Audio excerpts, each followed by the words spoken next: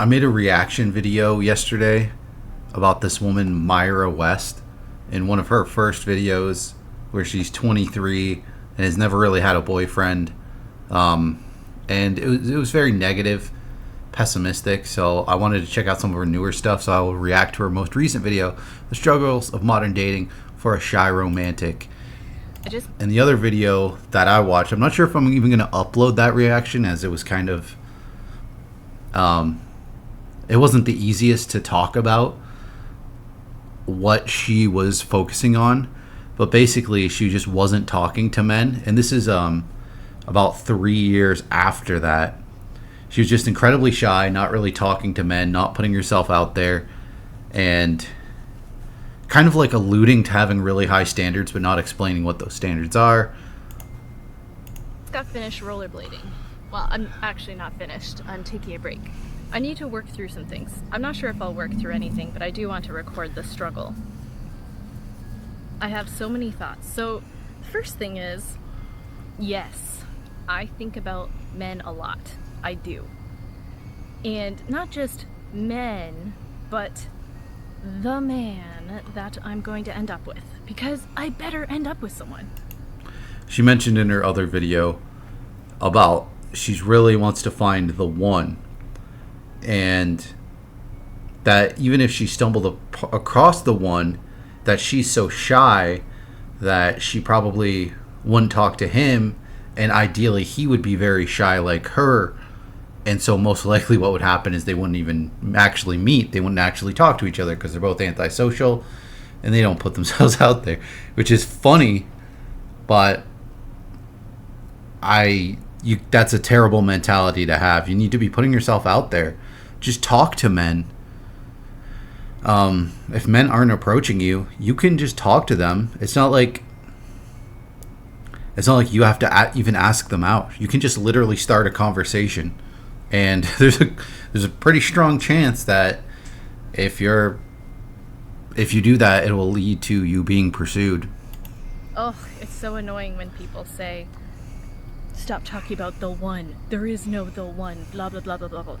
Whenever I say the one, I think I've said this before. Whenever I say the one, I'm just saying whoever I'm going to marry in the future, whenever it happens, there's only one person I'm going to marry, okay? That's what I mean. Alright, that's not what you said, though.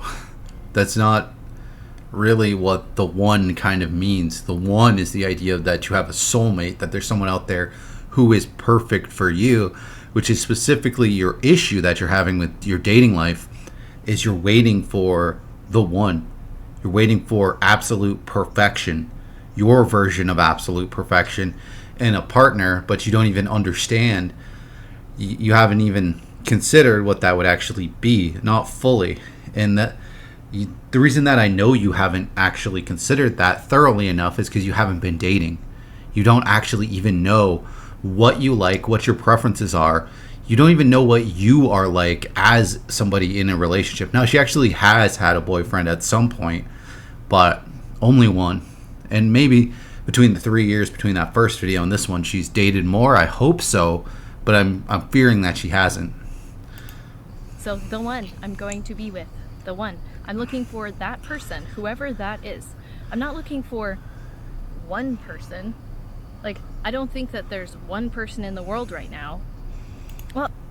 Well, good. That's good, because that's the biggest red flag in what you've said in previous videos, which, I mean, I've only watched one of her videos, but it was a lengthy one.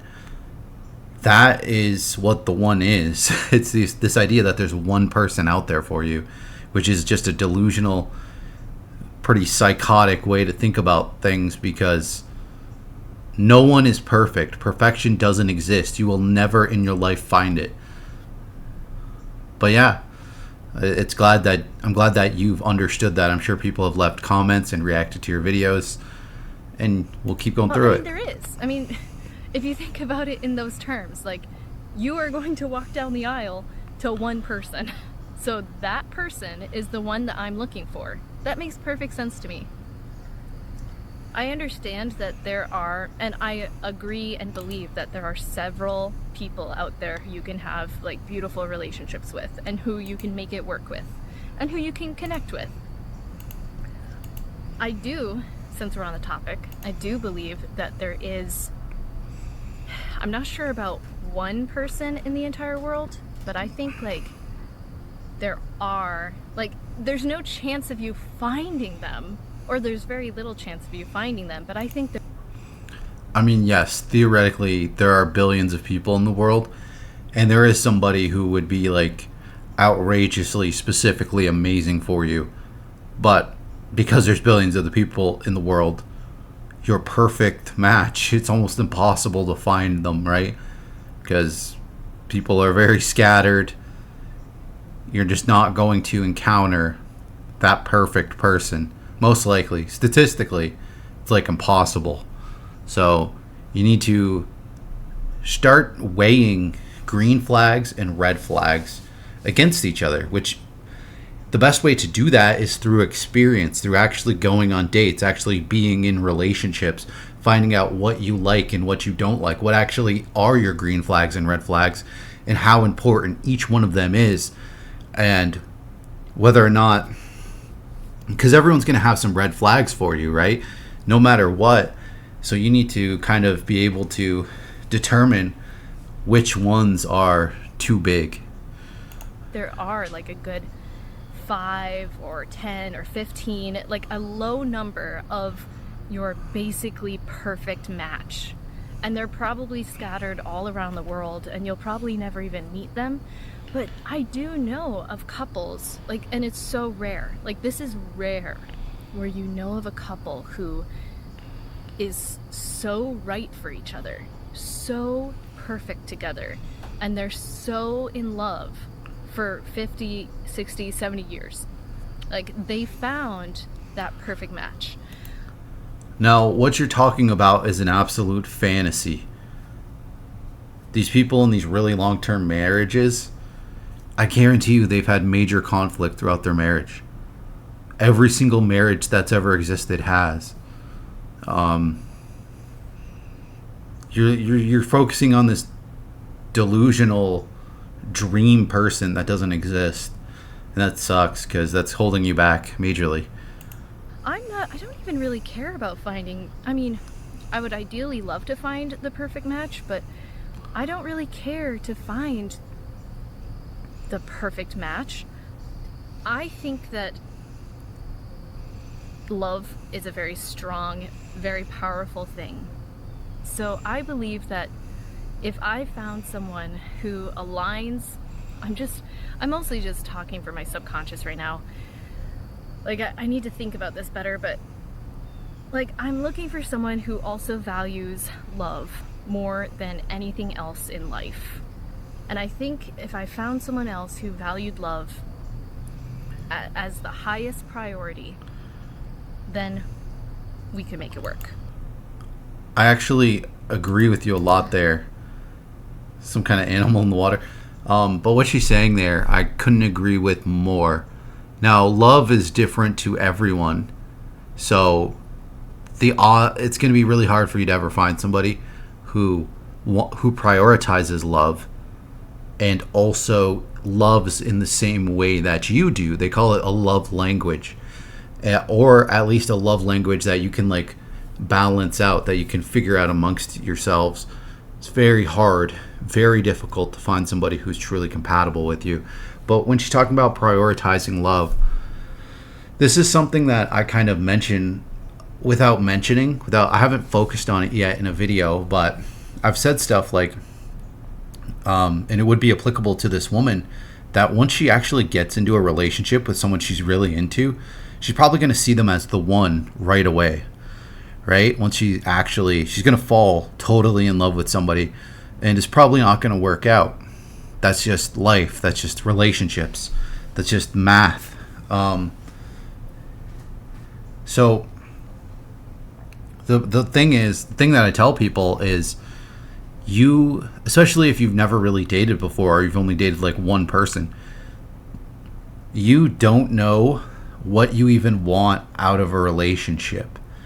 You don't know what type of relationship you want to truly be in, right? Like, yeah, you can say, I want this idealized relationship, but it's very hard. Most people you date, most people I've dated, don't prioritize love in the way that you're talking about.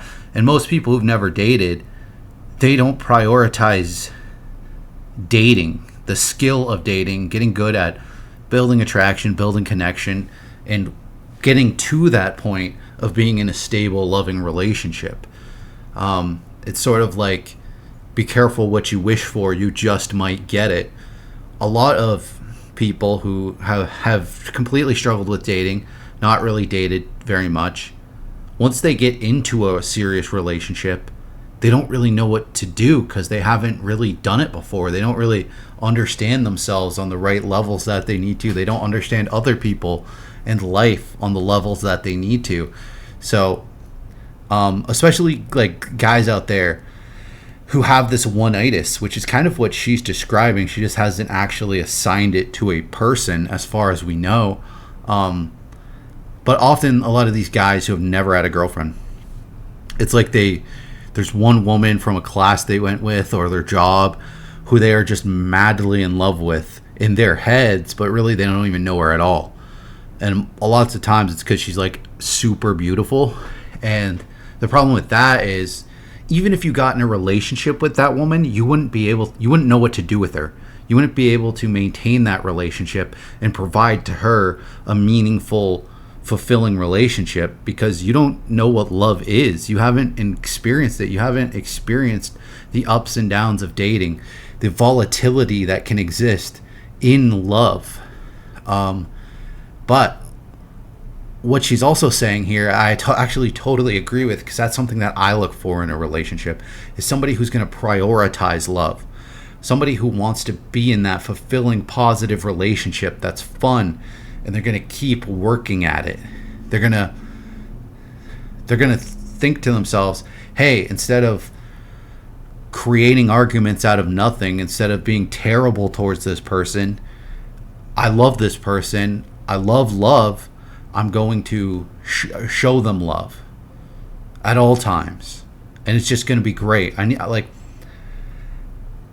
So I feel the exact same way, where I'm looking for someone who prioritizes love, and most people don't. Most people I've dated do not. Some people, it's like so low on their list of priorities that it baffles me, because like I'm somebody who's college educated. Not that that means a whole lot, but I'm somebody who's incredibly analytical. I take time to think about things, think about various perspectives, and gain experience in things and knowledge. And I've succeeded in a fair bit of things in my life, accomplished a lot of goals, and I'm somebody who's always been a team player. I grew up with with a real big family. And I've always loved team-based activities, whether it be gym class, playing some kind of team-based online game.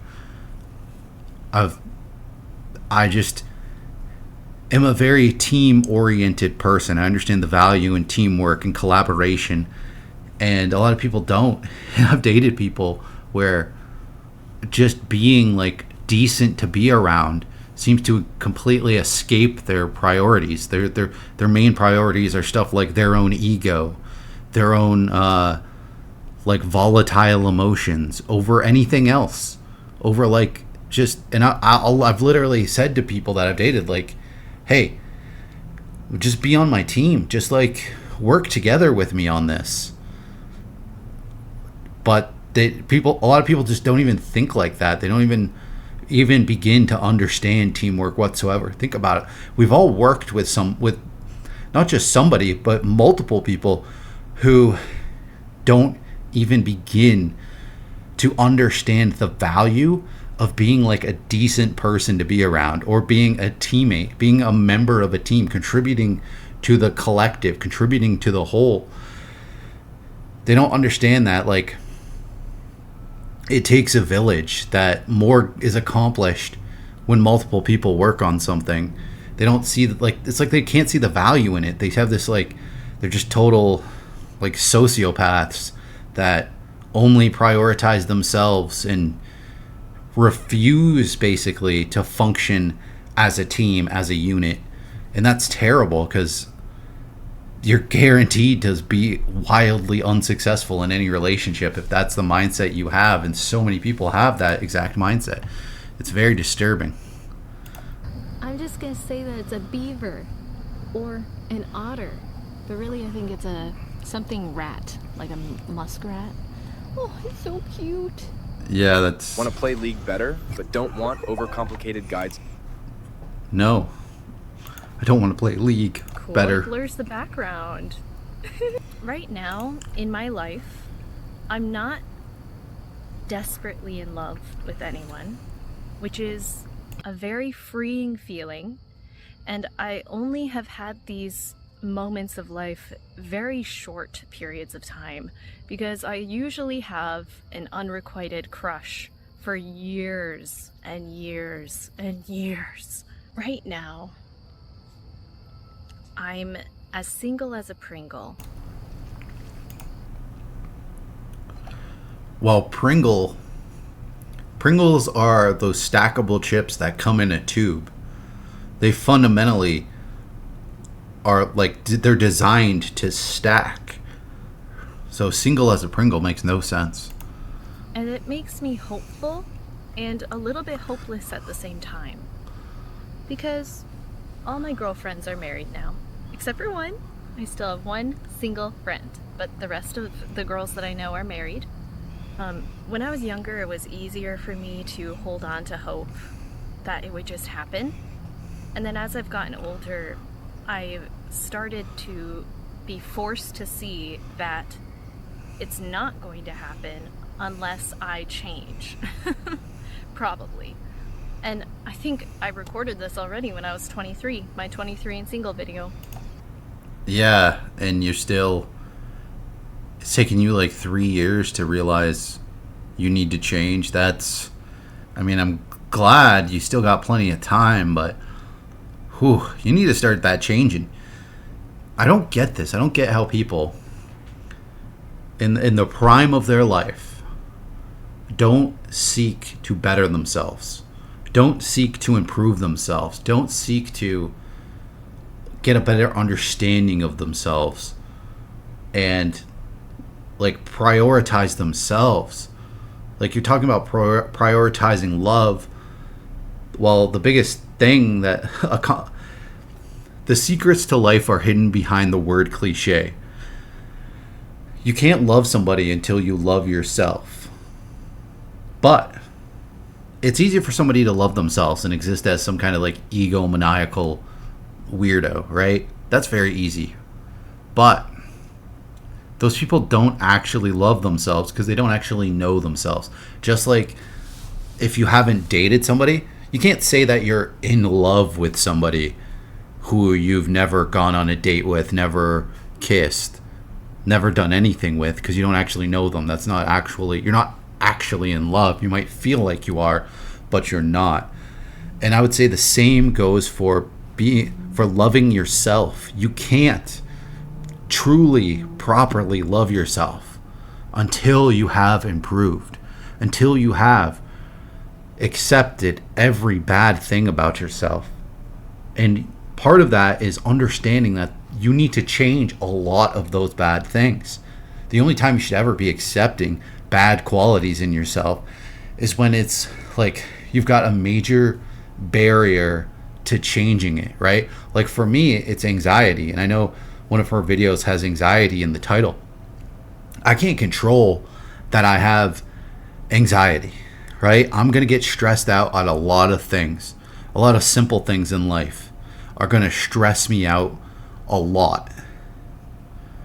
And maybe that means I have to call in sick to work because I can't sleep.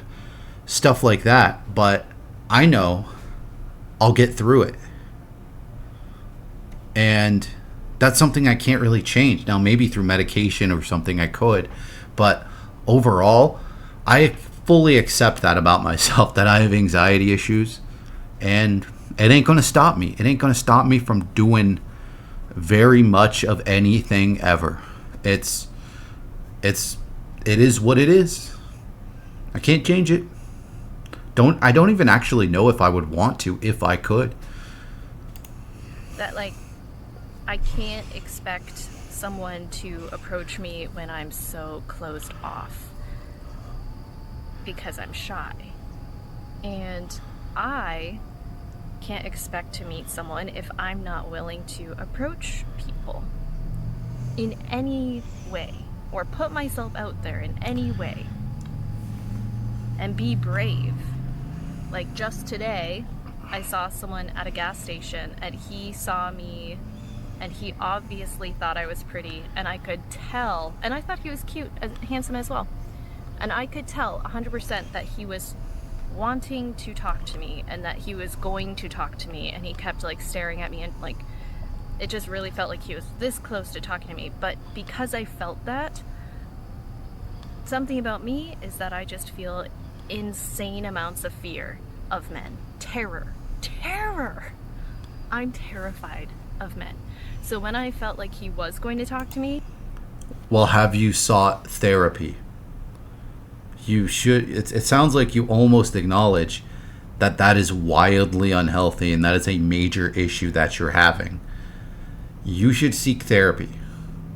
Right? Like I just said, I have anxiety. The things that give me anxiety, right, are things like when people tell me really awful stuff. Right? There was this woman that I knew, a friend of mine, and one time she told me about abuse she experienced as a child, and that gave me anxiety for like 2 days. Not debilitating. It just like hit me in the gut. And other things like, say one of your family members is sick, stuff that's like just totally outside of your control, or really stressful situations can create that anxiety. But you're saying you're terrified of half of like the global population. That's an issue, right? Like you're going to encounter things in life that are completely outside of your control, that are really crappy. People are going to pass on. People are going to drift out of your life. Bad things will happen, right? And that can be very stressful. Absolutely. But it's kind of uncommon that a lot of that happens all at once, or it happens like consistently throughout your lifetime, right? Like that's not really going to happen. But you're going to encounter men all of the time. And they're everywhere. They're half of everyone. Being terrified of conversation with them is wild. Like that's a major problem. I was just like, nope. Like immediately like turned my entire body away and was doing everything I could to hide, even though I wanted him to talk to me. I know this makes men so mad at me. You shouldn't be mad. Like, now another thing, and I like to point this out to men. There's countless videos out there of women where a guy actually talks to them and the woman kind of just freezes. Like say a guy asks for a woman's number and the woman just panics or something and gives him the wrong number or says, I have a boyfriend. And they regret it like instantly after because they're like, well, I don't have a boyfriend. That guy was cute. Oh no, I messed up. Like I've seen 100+ videos of women in that exact scenario. So when there's these men out there, a lot of these like black pill incel type men, they're like, oh, if you even ask a woman out at any point in any context, you're basically going to be arrested by the police. Like this is a common thing that men who struggle with dating say online, is that's the reality, is that you're up on charges, you get kicked out of your school, you get fired from your job if you ask somebody out. No, that's not remotely the reality. The only time that should ever happen, Well, first, that should never ever happen. The only time that would happen to people is the greasy neckbeard who stares at a woman and keeps showing up to her workplace several times a week and doesn't buy anything and stares at her for an hour plus, and then eventually, after like months of stalking, then goes up and asks her out. That's not what asking out. That's not how you talk to women. That's not how you approach women. What she's describing, a gas station, see a beautiful woman, talk to her. You see a beautiful woman anywhere, talk to her, ask her out right then and there. Or wait, or just be like, you know what, I missed my shot. Maybe I'll stumble upon this person again. And that is what it is, right? And don't try to force those scenarios of stumbling upon somebody, because that's how these guys get into these stalking scenarios. They're like, wait, I just got to create this like insane, perfect opportunity. Don't do that. Ever. Like, they're like, what do you want? You want men to talk to you or you don't? Well, it's called being shy. For men and women.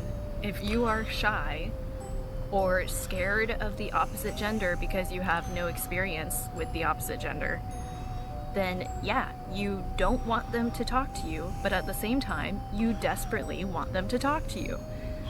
It's really hard, and it's the same for you. Like, you want to talk to them, but you can't. And like Well, this is where she's dead wrong. You absolutely can, and you should. And as the woman, you got to look at it like this. You don't have any pressure on you. You're not doing the asking out. The guy who has to ask you out, it has all the weight is on his shoulders, because you can just say no. Right? Like, it's so much harder for men because you can strike up a conversation with the man. You can literally just turn to him and say hi. And I don't mean like turn to him, say hi, turn the other way, because that's weird. I'm saying like turn to him and say hi. And I'm gonna explain to you, women, something that men do. Men who are effective at talking to women, they notice things about you instantly. They are going to notice something about you to either compliment you on or start a conversation about, right? Like if you have a unique tattoo on your arm, they're going to say like, hey, that's they're going to ask you a question about it, like, hey, is that a bird? Like, oh, that looks really great, blah blah blah. And then they're going to go from there. Or they're going to say, I really like your hair, I really like your shoes, you have really pretty eyes. So if you, as the woman, just say like, you can do the similar thing, but to a much smaller extent. I wouldn't suggest you like compliment men, but if you can if you can like just approach a man, which again, you don't even have to walk up to them, but just like turn to them and say something. Just have some kind of conversational approach of anything. Talk about the weather, right? Like with a man, you have to go into this and you have to think about exactly what kind of compliment you're going to give, how you're going to strike up the conversation. As a woman, you don't have to give a crap.